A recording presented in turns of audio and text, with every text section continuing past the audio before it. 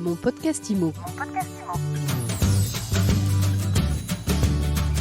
Bienvenue dans ce nouvel épisode de mon podcast IMO. Chaque jour, un éclairage sur l'actualité de l'immobilier avec un invité. Et aujourd'hui, nous sommes avec Mathieu Burin. Bonjour Mathieu. Bonjour Frédéric. Mathieu, vous êtes président et cofondateur de EMEA, un studio digital d'architecture et de rénovation. Et avec vous, nous allons parler de la pénurie des matières premières qui est causée par la crise sanitaire et qui devient également une crise économique, y compris sur ce sujet, puisque qui dit pénurie de matières premières dit également hausse des prix lorsqu'on en trouve. Alors, y a-t-il des solutions? Qu'est-ce qu'on peut faire et comment on peut faire? La première question, Mathieu, c'est ça amène beaucoup de retard de chantier, de retard de livraison, j'imagine. Avant de parler sur la partie livraison, ça vaut le coup de comprendre comment nous on a analysé, quelle est la lecture qu'on a sur l'augmentation.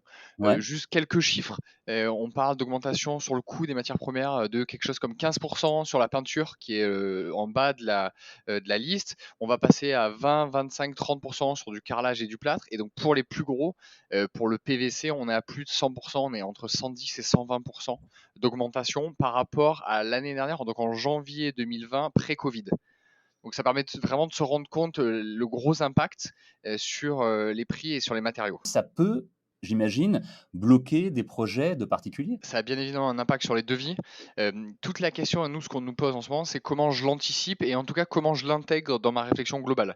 Donc ce qui est important de prendre en compte, c'est de se dire, dès la phase d'accompagnement et donc ce qu'on appelle la phase d'avant-projet, donc quand je construis mon projet, quand je construis mon devis, c'est bien intégrer quels sont les choix que je dois faire avec une vision globale sur la disponibilité, les différentes augmentations de prix et en fait, qu'est-ce que j'ai envie de faire et qu'est-ce que je peux soit changer, donc être capable de prendre par exemple très concrètement du carrelage au lieu du bois brut, donc du parquet.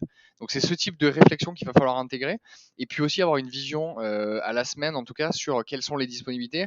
Quand je m'engage sur un matériau où je sais qu'il va y avoir entre 6 et 8 semaines de délai, en fait, à minima, il faut que je sois capable d'anticiper et de prévoir le chantier puisque je sais qu'il y a du délai. Après, j'ai le droit de le choisir ou pas, mais au moins je maîtrise et donc je gère l'aléa. Effectivement, cette idée de se dire on peut peut-être remplacer tel matériau par tel autre, c'est un des conseils que vous donnez, c'est une bonne idée. Ouais, et nous, on est vraiment dans l'accompagnement chez MEA. Le but, c'est de dire, OK, il y avait un projet qui a évolué. En gros, sur un projet de particulier, donc chez MEA, on fait des travaux avec un panier moyen qui est entre 40 et 50 000 euros dans les grandes villes de France. Donc, en fait, vous mettez à peu près entre un mois et un mois et demi pour bien le structurer, pour bien le penser. Donc, pendant cette phase-là, vous avez des risques de sélection, enfin, de matériaux qui ont été sélectionnés qui n'existent plus, ou en tout cas qui sont plus dispo, et des augmentations de prix. En plus, aujourd'hui, on n'a pas la boule de cristal. Ce que l'on sait, c'est que jusqu'à la fin de Q3, donc du troisième trimestre, donc fin septembre, à minima, les prix vont être au moins aussi hauts, voire ils vont continuer à augmenter. Après, on n'a pas encore la boule de cristal, donc on ne sait pas ce qui se passera en tout cas. Mais déjà, on sait d'ores et déjà que jusqu'à fin septembre, on ne maîtrise pas et dans tous les cas, ça va être augmenté à la hausse. Sans avoir de boule de cristal, on peut espérer quand même que les prix vont revenir à un niveau normal une fois la crise sanitaire passée, ou vous craignez que ces hausses de prix perdurent? Alors je vais prendre, nous on a demandé aux aux industriels pardon avec lesquels on travaille, donc des industriels de la peinture, des industriels, des revêtements et aussi sur la partie électrique et en fait ce qu'ils nous disent, c'est qu'il y a eu 2 éléments en parallèle. Le premier c'est que, une usine, elle met entre 2 et 3 mois pour reprendre 100 de sa capacité industrielle. Donc quand il y a des stop and go constants, en fait pour reprendre un 100 de production, vous avez entre 2 et 3 mois. Donc ça, c'est le premier élément. Sachant que par exemple, pour prendre l'exemple de la peinture, vous avez 3 usines dans le monde qui gèrent le blanc de titane.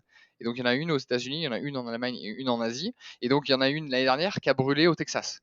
Donc ça, c'est un des premiers éléments de pourquoi il y a un gros retard.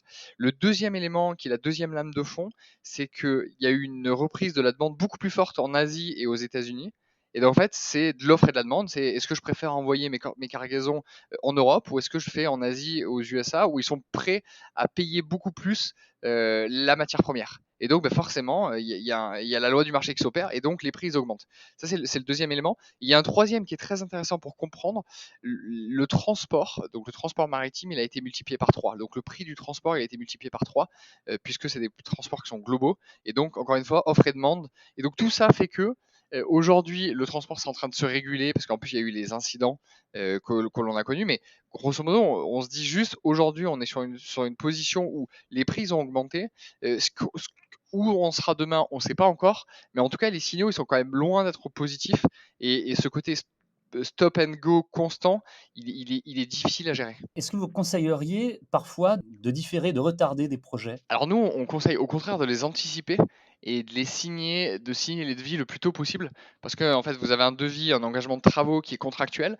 Donc quand vous signez à un prix, le prix il va être respecté. Donc nous, on est plutôt dans le côté inverse en disant en fait, on ne sait pas comment ça va être dans 6 mois et on recommande plutôt de le faire en amont qu'en aval pour se dire en fait, si j'anticipe correctement, si je suis bien accompagné, si je fais les choix de substitution, je vais être capable de me projeter dans mes travaux. Là où il y a beaucoup d'argent, il y a beaucoup d'épargne, on parle de entre 150 et 200 millions. A priori, l'investissement, la pierre, c'est quelque chose qui est une valeur refuge. Donc les gens vont continuer à travailler et cette distorsion d'offre et de demande, elle va augmenter. Il y a en plus, en gros, les sujets aujourd'hui de main-d'œuvre, de capacité à trouver de la main-d'œuvre qualifiée qui va en plus rajouter de la tension sur tout cet enjeu. Donc vraiment, chez EMEA, on conseille d'anticiper et de bien structurer pour gérer au mieux les aléas. On anticipe et on réfléchit à quel matériau on peut remplacer par quel autre. On signe les devis le plus rapidement possible pour pouvoir bloquer à la fois les prix Et et le les calendrier de produits, l'entrepreneur. nécessaires. Merci beaucoup Mathieu Burin pour, à la fois cette analyse, ces infos et puis, les conseils que vous avez pu, nous donner aujourd'hui. Avec plaisir, merci Frédéric. Je rappelle que vous êtes, président et fondateur de EMEA. EMEA, c'est un studio digital d'architecture et de rénovation. On vous retrouve, évidemment, très facilement sur internet. Ça s'écrit H-E-M-E-A et mon podcast IMO, c'est sur toutes les plateformes de podcast, c'est tous les jours. Rendez-vous donc demain pour une nouvelle interview. Mon podcast IMO.